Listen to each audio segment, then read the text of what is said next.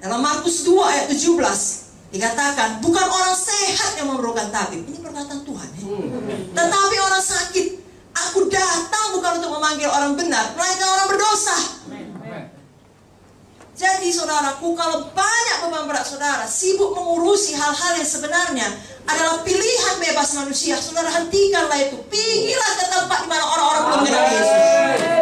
Selamatkanlah mereka, muridkanlah mereka.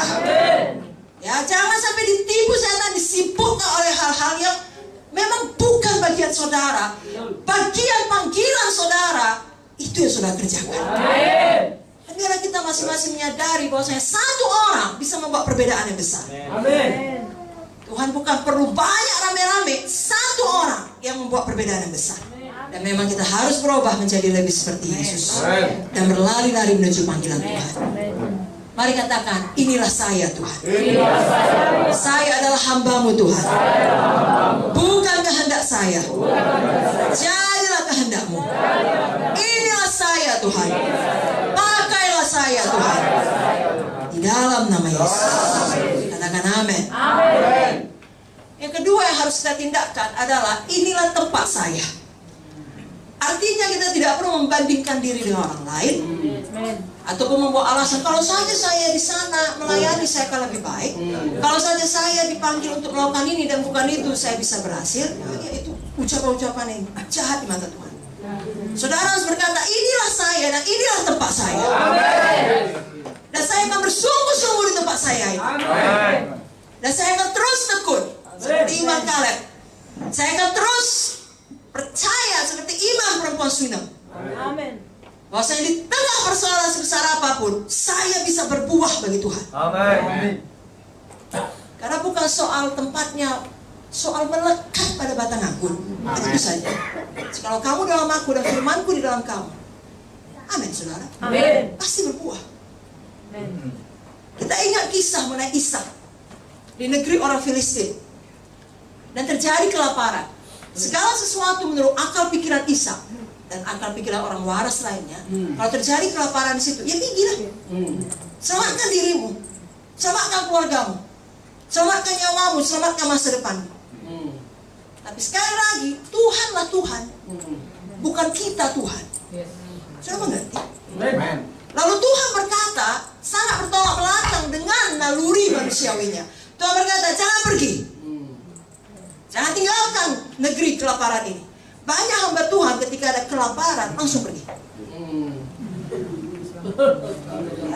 Saudaraku, kalau Tuhan memanggil saudara satu tempat, ada kelaparan pun, Tuhan kita sanggup memberkati saudara.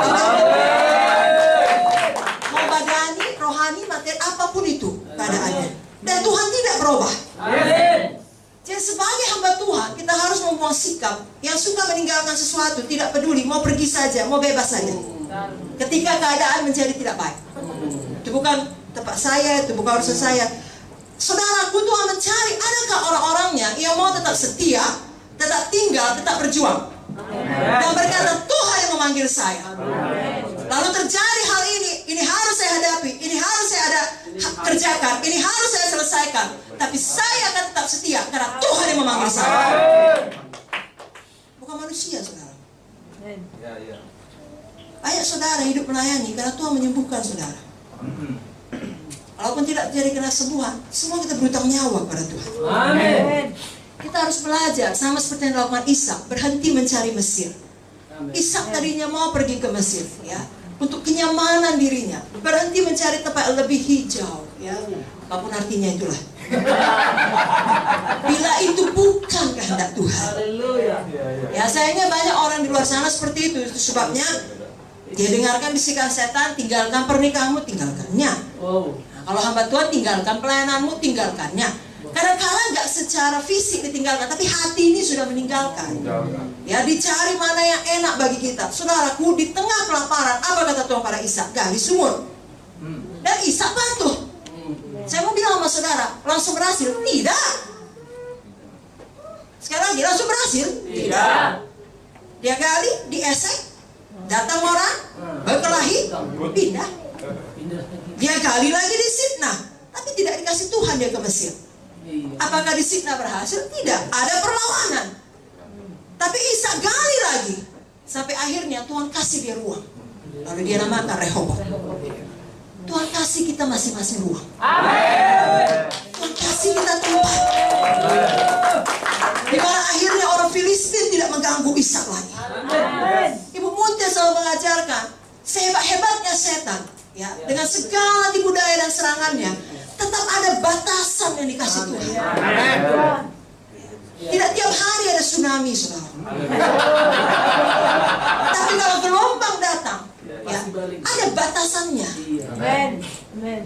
Gak bisa lewat itu. Demikian kalau Rehoboam sudah Tuhan berikan, tidak bisa dia mengganggu lagi. Tapi saudara harus melewati Esek, melewati Sitnah. Sampai Tuhan mempercayakan Rehoboam. Dan harus ada komitmen dalam diri kita sekali lagi. Inilah saya, inilah tempat saya.